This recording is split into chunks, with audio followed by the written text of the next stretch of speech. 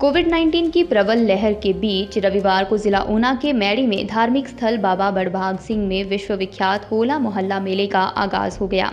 कुछ दिन पूर्व सरकार ने इस मेले को रद्द करने का निर्णय लिया था, लेकिन उसके महज 2 ही दिन बाद एसओपी जारी करते हुए सरकार ने इस मेले के आयोजन को एक बार फिर हरी झंडी दे दी थी। मेले के दौरान श्रद्धालुओं के लिए कई सारी व्यवस्थाएं की गई हैं, जिसमें कोविड-19 के तहत जारी गाइडलाइंस के पालन को लेकर काफी जोर दिया जा रहा है।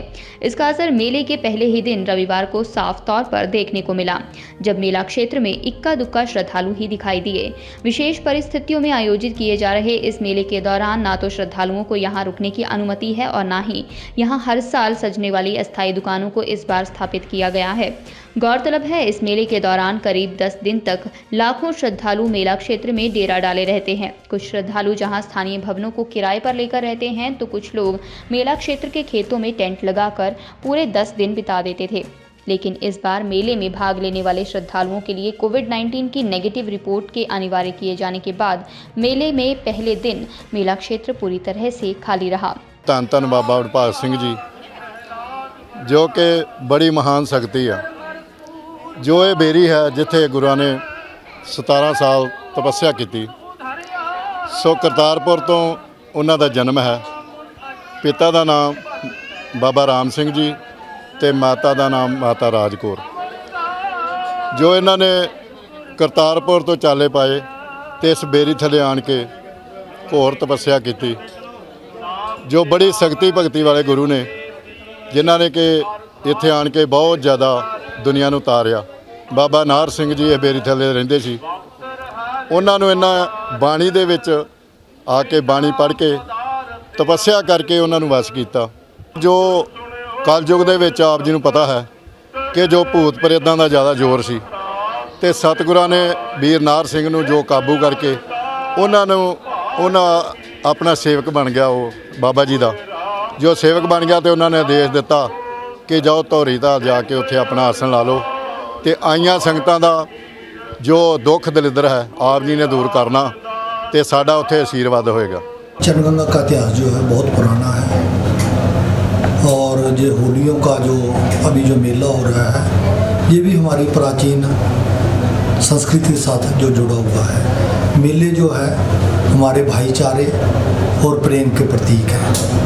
श्री चनगंगा जो है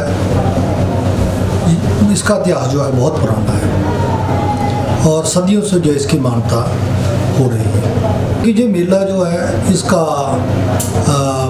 जितने भी लोग जो है मानसिक रूप से या शरीर रूप से ठीक नहीं है, तो मेले में आते हैं, नहाते हैं, बाबा जी का गुणगान करते हैं, उससे जो है उनके मन और बुद्धि जो है दोनों शुद्ध होते हैं। हमारा होला मोहल्ला के उपलक्ष्य में जो मैड़ी डेरा बाबा बड़भाग सिंह के उपलक्ष्य में जो हमारा लोगों के दर्शन के लिए आते हैं, वो अभी आना शुरू हो गए हैं। 21 से 31 तक इस ड्यूरेशन में लोग काफ़ी संख्या में दर्शन करने आते हैं, और वो आ भी रहे हैं।